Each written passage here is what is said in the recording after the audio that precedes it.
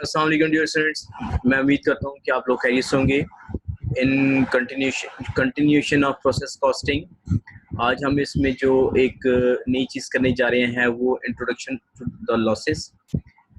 तो आज लॉसेस में हम सबसे पहले बात करेंगे नॉर्मल लॉस की। नॉर्मल लॉस जो होता है वो it's a part of all time production के, जिसका हमें पता होता है कि 5% या 10% जो होगा ये इसका जितनी भी हम इनपुट करते हैं किसी भी प्रोसेस के अंदर जो नॉर्मली होता है, मतलब कुछ ही चीज़ें आपकी सही से प्रोड्यूस नहीं होती तो वो नॉर्मल लॉस में आती हैं। इसका एक स्पेसिफिक परसेंटेज होता है, ये 5 to 8% तक होता है ऑफ द प्रोडक्शन और या ऑफ द इनपुट यूनिट्स। सो हम सबसे पहले ये देखेंगे कि नॉर्मल लॉस का जो ट्रीटमेंट होता है, अगर फर्स्ट डिपार्टमेंट के अंदर यही अकर हो जाता है तो वो कैसे उसको कैसे हम ट्रीट करते हैं।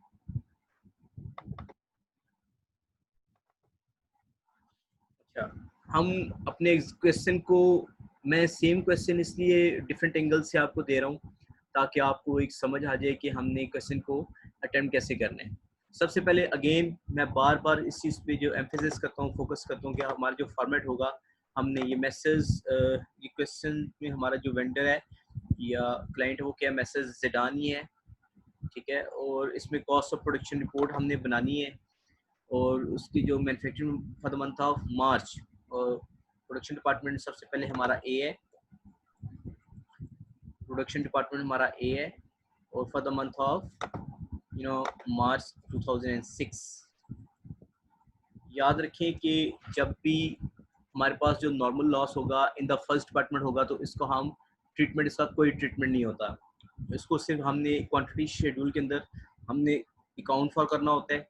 फॉर एग्जांपल मैं आपको, हम ये क्वेश्चन पढ़ते हैं, production and cost data of first production department A of Zidane Excellent Manufacturing Company for the month of March 2006 are as follows. Units started in process were 5,000. Units completed and transferred to second department were 4,200 units. 500 units were in process. Estimated to be 50%, 40% and 60% completed as to materials, labor and factory overhead respectively.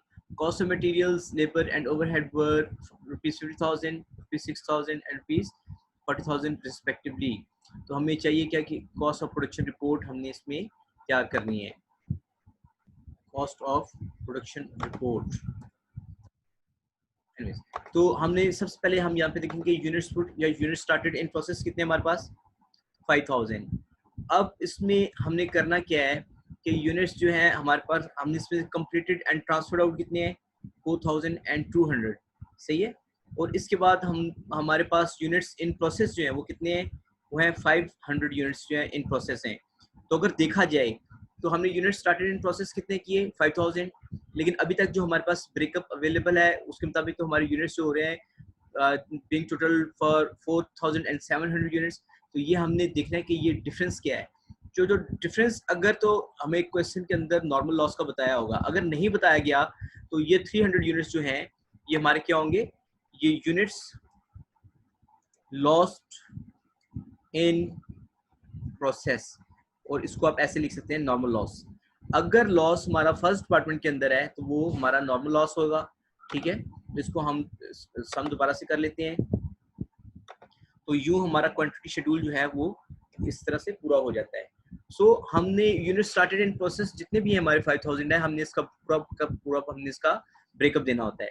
Now again, अब cost charge या cost accommodated by the department, materials again 50,000, materials की जो cost है, total cost है वो 50,000 है, जो कि अभी तक अप्लाई हुई है डिपार्टमेंट ए के अंदर। 60,000 जो है वो डायरेक्ट लेबर की कॉस्ट है एंड 40,000 जो है वो किसकी कॉस्ट है, फैक्ट्री ओवरहेड्स की कॉस्ट है। अब हमने फाइंड क्या करना है, इक्विवेलेंट प्रोडक्शन यूनिट। तो हमने इक्विवेलेंट प्रोडक्शन यूनिट जो फाइंड करना है, अब ये देखिए कि units completed and transferred out इस क्वेश्चन में कितने हैं 4,200 यूनिट्स जो हैं वो 100% कंप्लीटेड है with respect to materials, with respect to direct labor, with respect to factory overheads. अब जो यूनिट्स इन प्रोसेस हैं 500 यूनिट्स इन प्रोसेस हैं, वो 50% उनका स्टेज ऑफ कंप्लीशन है विद रिस्पेक्ट टू मटेरियल्स। तो 500 यूनिट्स का 50% बनता है 250 यूनिट्स, सही है।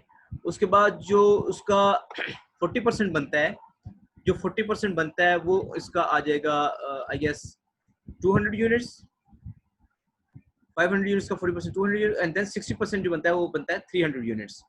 सो हमारे जो मटेरियल्स के पॉइंट ऑफ व्यू से हमारे जो इक्विवेलेंट प्रोडक्शन यूनिट्स हैं वो हैं 4450 यूनिट्स, लेबर के पॉइंट ऑफ व्यू से हैं 4400 यूनिट्स, एंड फैक्ट्री ओवरहेड्स के पॉइंट ऑफ व्यू से हैं 4500 units. We can see that materials की जो कॉस्ट है वो है 50,000, तो 50,000 divided by equivalent production units of materials, तो वो कितने हैं, वो है हमारे पास 4450। अगेन 60,000 जो हमारी कॉस्ट है डायरेक्ट लेबर की, 60,000 डिवाइडेड बाय इसके जो ईपीयू यूनिट्स हैं इक्विवेलेंट प्रोडक्शन यूनिट्स वो है 4400, और इसी तरह फैक्ट्री ओवरहेड्स की जो कॉस्ट है वो है 40,000, ठीक है, डिवाइडेड बाय इसके जो इक्विवेलेंट प्रोडक्शन यूनिट्स है वो है 4500 यूनिट्स। तो ये जो इनकी यूनिट कॉस्टिंग आ गई है, ये हमारे पास जो है इसको हम इसकी रेलेवेंट कॉस्टिंग में इसके यूनिट टोटल कॉस्टिंग के सामने जाके इसको कर देते हैं।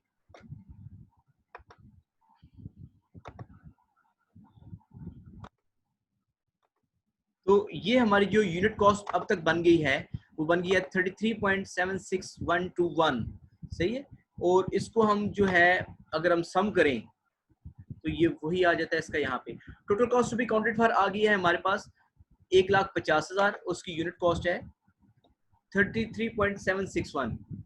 अच्छा, ईपीयू के अंदर normal losses in the first department, अगर वो फर्स्ट डिपार्टमेंट के अंदर हैं तो ईपीयू के अंदर उनको अकाउंट फॉर नहीं किया जाता।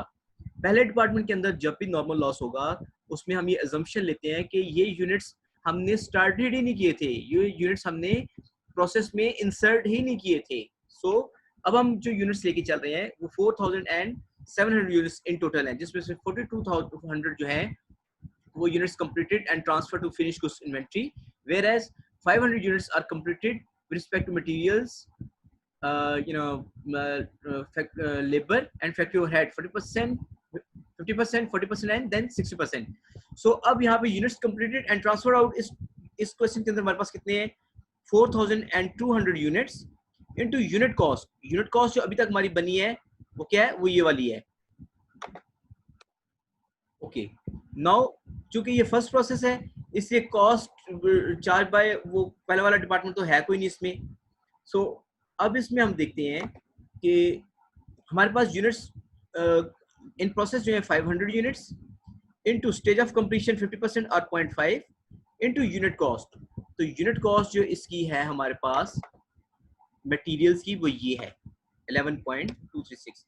देन हमारे पास है लेबर के पॉइंट ऑफ व्यू से 500 units into stage of completion 40% और 0.4 into unit cost 13.636। then हमारे पास फैक्ट्री ओवरहेड्स हैं again 500 units into stage of completion that is 60% और 0.6 into unit cost 8.889। तो अगर हम इसको टोटल करें जो इसकी वर्क इन प्रोसेस की कॉस्ट है तो वो हमारे पास आती है 8,202। और अगर हम इसको अब ये वर्क इन प्रोसेस की कॉस्ट को हम प्लस करते हैं इसके साथ यूनिट्स कंप्लीटेड के साथ, तो हमारा जो आंसर आएगा वो आएगा 150,000 that was supposed to be cost accounted for and now that is cost accounted for is 150,000। we can see that कि हमारा क्वेश्चन जो है बिल्कुल मैच कर गया है, इट मींस कि हमारा क्वेश्चन सही है।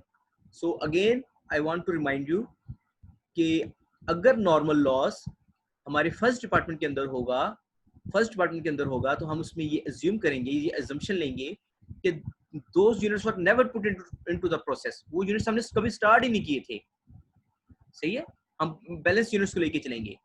सो मैं उम्मीद करता हूँ कि आपको नॉर्मल लॉस का ये इंट्रोडक्टरी क्वेश्चन जो है ये आपको समझ आ गया होगा।